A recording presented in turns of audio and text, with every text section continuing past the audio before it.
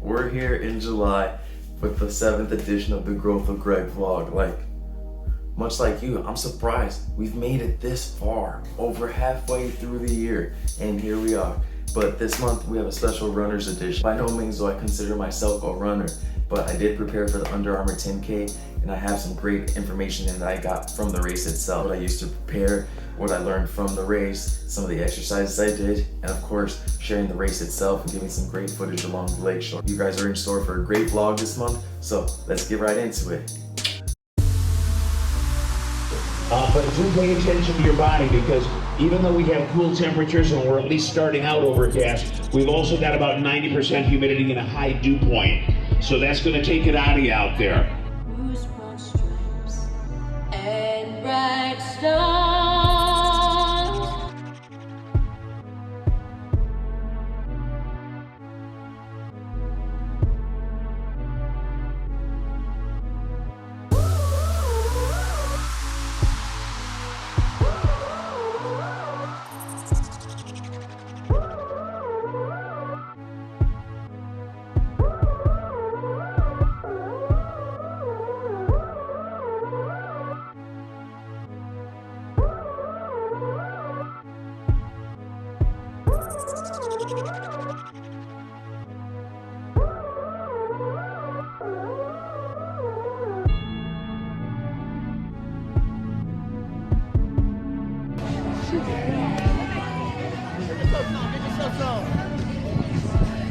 Just made it across the finish line. Survived. Woo-wee. Gotta get my hardware.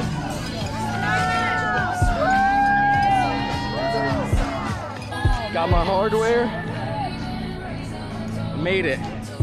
About 52 minutes. Not too shabby, I guess, for my first 10K.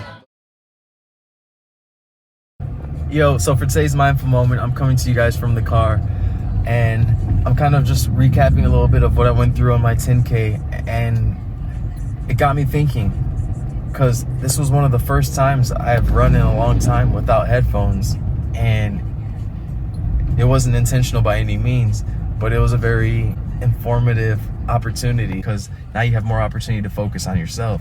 So you get to get really in tune with your breath, with how your muscle fatigue is, how your body is aching, your body position, all these different things, which I feel like a lot of times when you're distracted by music, you're just like listening to the words or the beat or whatever it may be, and it kind of takes away from you even being able to opportunity for you to hear your breath, or you hearing your stride, which, you know, I didn't really pay much attention to. And then when I got the opportunity to run without headphones, building that mind-body connection, it was kind of amazing. Like, this is all experiences that were brand new, and it was crazy and fun at the same time. And I'm actually kind of looking forward to doing another 10K, if not maybe a longer distance, surprisingly.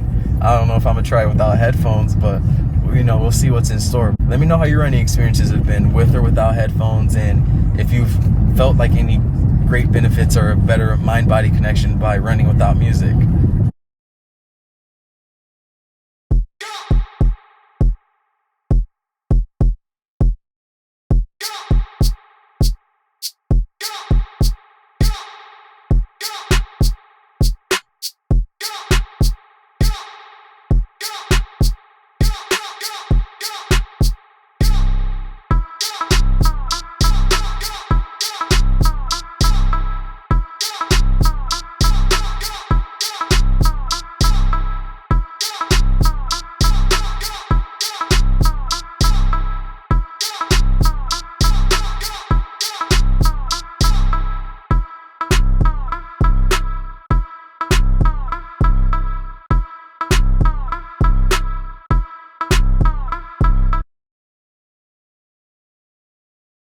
For my nutrition, food, health tip, training tip for this month, and in preparation for the Under Armour 10K, I made sure I really focused on a few things in terms of my training. So I wanted to be able to share some of those things with you guys this month. And I have 4 big things that I've really worked on. First and foremost was just my nutrition. I know on a regular basis I get a pretty balanced diet, pretty balanced meal, but I know with the more higher endurance training and the more cardio I was going to be doing, I definitely wanted to incorporate more carbs into my diet. So that was definitely a big focus for me, making sure I was still getting my regular requirement of protein, but definitely the added addition of carbs, so I could get the extra energy that my body was going to need. In addition to that, of course, with me burning more energy, I was definitely going to be needing some more rest, because burning these extra calories and being on your feet for these extra miles, whatever it may be, it really adds up every day. So getting adequate amount of sleep for recovery, but also so you have the energy to put in these miles every day. Hydration plays such a big role, especially given the elements, how they can vary so much. Making sure you're sufficiently hydrated.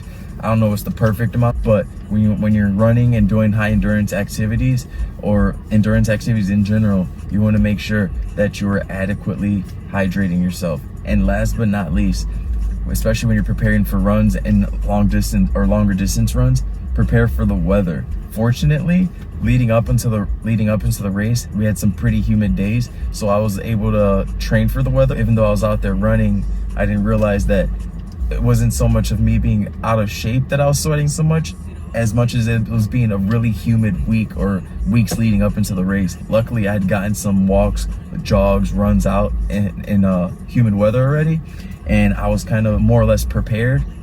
I wouldn't say the most prepared, but that 90% humidity definitely will kick your ass. Try incorporating these for your next run or endurance activity. Nutrition, hydration, sleep, and prepare for the elements. It's going to be a really beneficial big four for you, and give them a shot.